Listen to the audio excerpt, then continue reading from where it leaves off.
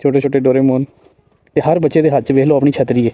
ਇੰਨੀ ਛੋਟੀ ਉਮਰ ਦੇ ਵਿੱਚ ਹੀ ਬਹੁਤ ਜ਼ਿਆਦਾ ਸਮਝਦਾਰ ਹੋਣਾ ਸ਼ੁਰੂ ਹੋ ਜਾਂਦੇ ਨੇ। ਇਹ ਬੱਚੇ ਜਿਹੜੇ ਨਾ ਸਕੂਲੋਂ ਆ ਰਹੇ ਨੇ ਨਾ, ਇਹ ਬਾਬਾ ਜੀ ਖਲੋਤੇ ਨੇ ਤੇ ਇਹਨਾਂ ਨੇ ਬਾਬਾ ਜੀ ਨੇ ਨਾ ਉਨੀ ਦੇਰ ਤੱਕ ਖਲੋਤੇ ਰਹਿਣਾ ਜਿੰਨੀ ਦੇਰ ਤੱਕ ਨਾ ਬੱਚਿਆਂ ਨੇ ਨਾ ਘਰਾਂ 'ਚ ਵਾਪਸ ਨਹੀਂ ਚਲੇ ਜਾਣਾ, ਸਕੂਲ ਦਾ ਟਾਈਮ ਖ਼ਤਮ ਨਹੀਂ ਹੋ ਜਾਣਾ। ਔਰ ਇਹ ਜਿਹੜੇ ਬਾਬੇ ਨੇ ਜ਼ਿਆਦਾਤਰ ਹੈ ਕੋਈ ਤਨਖਾਹ ਵਗੈਰਾ ਨਹੀਂ ਲੈਂਦੇ, ਵੋਲੰਟੀਅਰਲੀ ਕੰਮ ਕਰਦੇ ਨੇ ਸਾਰਾ। ਬੱਚਿਆਂ ਨੂੰ ਸਕੂਲ ਦੇ ਟਾਈਮ ਜਾਣ ਦੇ ਟਾਈਮ ਵੀ ਔਰ ਵਾਪਸੀ ਦੇ ਟਾਈਮ ਵੀ ਇਹ ਖਲੋਤੇ ਰਹਿੰਦੇ ਨੇ ਝੰਡਾ ਫੜ ਕੇ। ਇਹਦੀ ਵਜ੍ਹਾ ਇਹ ਹੁੰਦੀ ਕਿ ਸਿਕਿਉਰਿਟੀ ਨਹੀਂ, ਸੇਫਟੀ ਵਾਸਤੇ ਬੱਚਿਆਂ ਦੀ ਨਾ, ਤਾਂ ਕਿ ਗੱਡੀ ਵਗੈਰਾ 'ਤੇ ਬੱਚੇ ਅਠੇਲੀਆਂ ਕਰਦੇ ਨੇ, ਖੇਡਦੇ ਨੇ, ਤਮਾਸ਼ੇ ਕਰਦੇ ਨੇ। ਇਸ ਵਜ੍ਹਾ ਤੋਂ ਕੋਈ ਹਾਦਸੇ ਦਾ ਸਬੱਬ ਨਾ ਬਣੇ, ਇਹ ਮੇਕ ਸ਼ੋਰ ਕਰਦੇ ਨੇ ਬੱਚਿਆਂ ਦੀ ਸੇਫਟੀ ਨੂੰ। ਅਰੀਗਾਤੋ। ਬਾਬਾ ਜੀ ਮੈਨੂੰ ਕਹਿ ਰਹੇ ਨੇ ਤੁਸੀਂ ਪਹਿਲੇ ਨਿਕਲ ਜਾਓ, ਇਹਨਾਂ ਬੱਚਿਆਂ ਨੇ ਨਹੀਂ ਨਿਕਲਣਾ। ਹਾਲਾਂਕਿ ਮੈਂ ਤਾਂ ਨਿਕਲਣਾ ਨਹੀਂ, ਮੈਂ ਤਾਂ ਵੈਸੇ ਹੀ ਤੁਹਾਨੂੰ ਗੱਲਾਂ ਦੱਸ ਰਿਹਾ ਸਾਂ ਨਾਲ ਨਾਲ। ਛੋਟੇ ਛੋਟੇ ਡੋਰੇਮੋਨ। ਕੋਨੀਚਿਵਾ ਕੋਨੀਚਿਵਾ ਕਰ ਰਹੇ ਸਨ। ਕੋਨੀਚਿਵਾ ਦਾ ਮਤਲਬ ਹੁੰਦਾ ਹੈਲੋ ਹਾਈ ਨਾ, ਜਾਪਾਨੀ ਜ਼ੁਬਾਨ 'ਚ ਸਲਾਮ ਨੂੰ ਕਹਿੰਦੇ ਨੇ ਕੋਨੀਚਿਵਾ।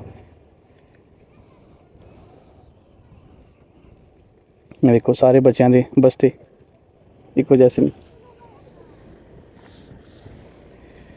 ਹੁਣ ਵੇਖ ਲਓ ਇਹਨਾਂ ਬੱਚਿਆਂ ਨੂੰ ਇੰਨੀ ਛੋਟੀ ਉਮਰ 'ਚ ਹੀ ਕੋਈ ਘਰੋਂ ਨਹੀਂ ਲੈਣ ਜਾਂਦਾ।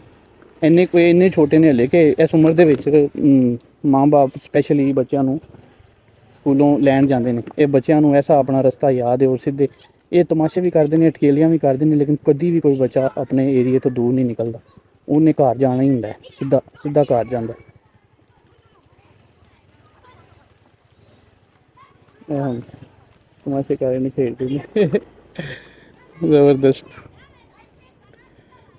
ਔਰ ਬਾਜ਼ ਔਕਾਤ ਵਿੱਚੋਂ ਕਈ ਬੱਚੇ ਜਿਹੜੇ ਨੇ ਉਹ ਸੀਨੀਅਰ ਕਲਾਸ ਦੇ ਬੱਚੇ ਹੁੰਦੇ ਨੇ ਨਾ, ਅਤੇ ਦੂਜਿਆਂ ਨੂੰ ਵਾਰਨ ਕਰ ਦਿੰਦੇ ਕਿ ਸਾਈਡ 'ਤੇ ਹੋ ਜਾਓ, ਗੱਡੀ ਆ ਰਹੀ। ਇੰਨੀ ਛੋਟੀ ਉਮਰ ਦੇ ਵਿੱਚ ਹੀ ਬਹੁਤ ਜ਼ਿਆਦਾ ਸਮਝਦਾਰ ਹੋਣਾ ਸ਼ੁਰੂ ਹੋ ਜਾਂਦੇ ਨੇ। ਐ ਤਾਜ਼ੀ ਛੁੱਟੀ ਹੋਈ ਹੈ ਨਾ। ਹਾਂ, ਇੱਕ ਹੋਰ ਚੀਜ਼ ਤੁਹਾਨੂੰ ਦੱਸਣੀ ਹੈ ਕਿ ਅੱਜ ਬਾਰਿਸ਼ ਸੀ ਨਾ ਸੁਬਾਹ, ਅਤੇ ਹਰ ਬੱਚੇ ਦੇ ਹੱਥ 'ਚ ਵੇਖ ਲਓ ਆਪਣੀ ਛਤਰੀ ਹੈ। ਹਰ ਬੱਚੇ ਦੇ ਹੱਥ ਦੇ ਵਿੱਚ ਆਪਣੀ ਛਤਰੀ ਹੈ। ਉਹ ਸਾਹਮਣੇ ਵੀ ਇੱਕ ਬੰਦਾ ਖਲੋਤੇ ਹੈ, ਲੱਗਦਾ ਉਹ ਵੀ ਬੱਚਿਆਂ ਦੀ ਸੇਫਟੀ ਵਾਸਤੇ ਖਲੋਤੇ ਹੈ, ਮੇ ਬੀ।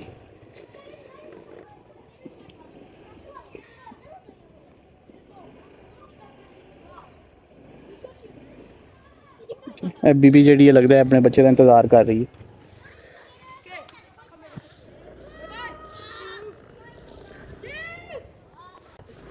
ਇੱਕ ਹੋਰ ਚੀਜ਼ ਮੈਂ ਵੇਖੀ ਹੈ ਕਿ ਜਦੋਂ ਇੱਕ ਬੱਚੇ ਦਾ ਘਰ ਆ ਜਾਂਦਾ ਨਾ ਰਸਤੇ ਦੇ ਵਿੱਚ, ਅਤੇ ਉਹ ਦੂਜੇ ਸਾਹਿਬ ਨੂੰ ਸਹੀ ਤਰੀਕੇ ਇਖਲਾਕੀ ਤਰੀਕੇ ਦੇ ਨਾਲ ਨਾ ਉਹਨਾਂ ਨੂੰ ਬਾਏ ਕਰਦਾ ਬੜੇ ਪਿਆਰ ਨਾਲ ਕਿ ਮੇਰਾ ਘਰ ਆ ਗਿਆ, ਮੈਂ ਜਾ ਰਿਹਾ, ਜਿਹਨੂੰ ਕਹਿੰਦੇ ਨੇ ਸਾਇਓਨਾਰਾ ਦਾ ਮਤਲਬ ਹੁੰਦਾ ਹੈ ਕਿ ਗੁੱਡ ਬਾਏ, ਫਿਰ ਮਿਲਾਂਗੇ, ਠੀਕ ਹੈ। ਇਹ ਛੋਟੀ ਉਮਰ ਦੇ ਵਿੱਚ ਹੀ ਇਹਨਾਂ ਨੂੰ ਸਾਰੀਆਂ ਇਖਲਾਕੀਆਤ ਸਿਖਾਈਆਂ ਜਾਂਦੀਆਂ ਨੇ। ਅੱਛਾ, ਇਹਨਾਂ ਏਰੀਆਜ਼ ਦੇ ਵਿੱਚ ਨਾ ਫੋਰਨਰਸ ਜ਼ਿਆਦਾ ਨਹੀਂ ਰਹਿੰਦੇ ਨੇ, ਇਸ ਵਜ੍ਹਾ ਤੋਂ ਮੇਰਾ ਫੇਸ ਜਿਹੜਾ ਇਹਨਾਂ ਵਾਸਤੇ, ਬੱਚਿਆਂ ਵਾਸਤੇ ਥੋੜ੍ਹਾ ਡਿਫਰੈਂਟ ਹੈ। What's your name? My name is Shebi. My name is Yuki. Yuki? Yeah. Yuki-chan. Yeah. My name is Kobe. Cool. Nice to meet you. Nice to meet you. Arigato. See you. ਇਹਨਾਂ ਨੇ 2-4 ਹਰਫ ਸਿੱਖੇ ਹੁੰਦੇ ਨਾ, ਹੁਣ ਆ ਕੇ ਨਾ ਜਾਪਾਨੀ ਜਿਹੜੇ ਨੇ ਆਪਣੇ ਬੱਚਿਆਂ ਨੂੰ ਥੋੜ੍ਹੀ ਅੰਗਰੇਜ਼ੀ ਸਿਖਾਉਣਾ ਸ਼ੁਰੂ ਹੋਏ ਨੇ, ਕਿਉਂਕਿ ਇਹਨਾਂ ਨੂੰ ਇੰਗਲਿਸ਼ ਦੀ ਅਹਿਮੀਅਤ ਦਾ ਪਤਾ ਲੱਗਿਆ ਕਿ ਦੂਸਰੀ ਦੁਨੀਆ ਨਾਲ ਕਨੈਕਟ ਹੋਣ ਵਾਸਤੇ ਅੰਗਰੇਜ਼ੀ ਬਹੁਤ ਜ਼ਰੂਰੀ ਹੈ। ਇਹ ਮੇਨ ਸੜਕ ਸਮਝ ਲਓ ਨਾ, ਹੁਣ ਇੱਥੇ ਵੇਖੋ ਟ੍ਰੈਫਿਕ ਵੀ ਚੱਲ ਰਹੀ ਹੈ, ਉੱਧਰੋਂ ਵੀ ਬੱਚੇ ਆ ਰਹੇ ਨੇ, ਇੱਧਰੋਂ ਵੀ ਆ ਰਹੇ ਨੇ, ਲੱਗਦਾ ਪਰਾਂ ਸਕੂਲ ਕਿਧਰ ਨਾ ਉੱਤੇ ਪਹਾੜੀ ਦੇ ਉੱਤੇ। ਮੈਂ ਜਿਹੜੇ ਏਰੀਏ 'ਚ ਵੀ ਜਾਣਾ ਵਾ, ਉਸ ਏਰੀਏ ਦੇ ਵਿੱਚ ਆਪਣੀ ਐਪ ਔਨ ਕਰਨਾ ਵਾ ਅਤੇ ਕੰਮ ਕਰਨਾ ਸ਼ੁਰੂ ਕਰ ਦੇਣਾ ਵਾ। ਪੂਰੇ ਜਾਪਾਨ ਦੇ ਵਿੱਚ ਮੈਂ ਕਿਧਰੇ ਵੀ ਇਹ ਕੰਮ ਕਰ ਸਕਣਾ। ਮਤਲਬ ਮੇਰੇ ਕੋਲ ਜਿਹੜੀ ਐਪ ਹੈ ਨਾ, ਜਿਸ ਤਰ੍ਹਾਂ ਕਿ ਊਬਰ ਹੋ ਗਿਆ, ਇੱਥੋਂ ਦੀ ਇੱਕ ਲੋਕਲ ਐਪ ਹੈ, ਉਹ ਹੋ ਗਈ।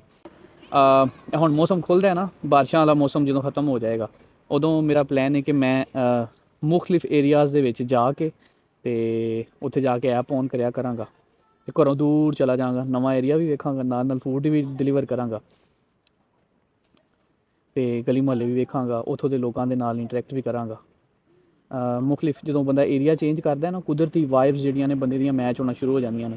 ਜਦੋਂ ਬੰਦਾ ਆਪਣੇ ਏਰੀਆ ਦੇ ਵਿੱਚ ਹੁੰਦਾ ਨਾ, ਤਾਂ ਬੰਦਾ ਸਮਝਦਾ ਕਿ ਯਾਰ ਇੱਥੇ ਸਾਰੇ ਬੰਦੇ ਇਸ ਤਰ੍ਹਾਂ ਦੇ ਨੇ, ਲੇਕਿਨ ਜਦੋਂ ਬੰਦਾ ਨਵੇਂ ਏਰੀਏ ਦੇ ਵਿੱਚ ਜਾਂਦਾ ਨਾ, ਖਾਸ ਤੌਰ 'ਤੇ ਬੰਦਾ ਜਦੋਂ ਦੂਸਰੇ ਮੁਲਕ ਦੇ ਵਿੱਚ ਜਾਂਦਾ, ਅੱਛਾ ਮੈਨੂੰ ਇੰਨੇ ਆਈਡੀਆਜ਼ ਕੰਟੈਂਟ ਬਣਾਉਣ ਦੇ ਜਾਪਾਨ ਦੇ ਅੰਦਰ ਰਹਿ ਕੇ ਨਹੀਂ ਆਉਂਦੇ, ਜਿੰਨੇ ਮੈਂ ਜਾਪਾਨ ਤੋਂ ਬਾਹਰ ਜਾ ਕੇ ਦੂਸਰੇ ਮੁਲਕਾਂ ਦੇ ਵਿੱਚ ਜਾ ਕੇ ਅਤੇ ਕੰਟੈਂਟ ਬਣਾਉਣਾ ਵਾ। ਹਾਲਾਂਕਿ ਜਾਪਾਨ ਇੰਨਾ ਕੁ ਜ਼ਿਆਦਾ ਕੰਟੈਂਟ ਹੈ ਕਿ ਪੂਰੀ ਦੁਨੀਆ ਤੋਂ ਕੰਟੈਂਟ ਕ੍ਰੀਏਟਰ ਜਾਪਾਨ ਆਉਂਦੇ ਨੇ ਔਰ ਮਿਲੀਅਨਸ ਦੇ ਵਿੱਚ ਵਿਊਜ਼ ਦੇ ਵਿੱਚ ਕੰਟੈਂਟਸ ਬਣਾਉਂਦੇ ਨੇ। ਮਤਲਬ ਹੈ ਕਿ ਇੱਕ ਤੋਂ ਇੱਕ ਵੱਧ ਉਹਨਾਂ ਦੀ ਵੀਡੀਓ ਚੱਲਦੀ ਹੈ। ਜਾਪਾਨ 'ਚ ਦਿਖਾਉਣ ਵਾਸਤੇ ਬਹੁਤ ਕੁਛ ਹੈ, ਲੇਕਿਨ ਇਹ ਕਿ ਕਿਉਂਕਿ ਮੈਂ ਉਹ ਦੀਵੇ ਥੱਲੇ ਹਨੇਰੇ ਵਾਲੀ ਗੱਲ ਹੈ ਕਿ ਮੈਂ ਇੱਥੇ ਰਹਿਣਾ ਵਾ, ਇਸ ਵਜ੍ਹਾ ਤੋਂ ਸ਼ਾਇਦ ਉਹ ਉਸ ਤਰ੍ਹਾਂ ਚੀਜ਼ਾਂ ਮੈਨੂੰ ਅਟਰੈਕਟ ਨਹੀਂ ਕਰਦੀਆਂ ਜਿਸ ਤਰ੍ਹਾਂ ਬਾਹਰੋਂ ਆਉਣ ਵਾਲੇ ਬੰਦਿਆਂ ਨੂੰ ਕਰਦੀਆਂ ਨੇ।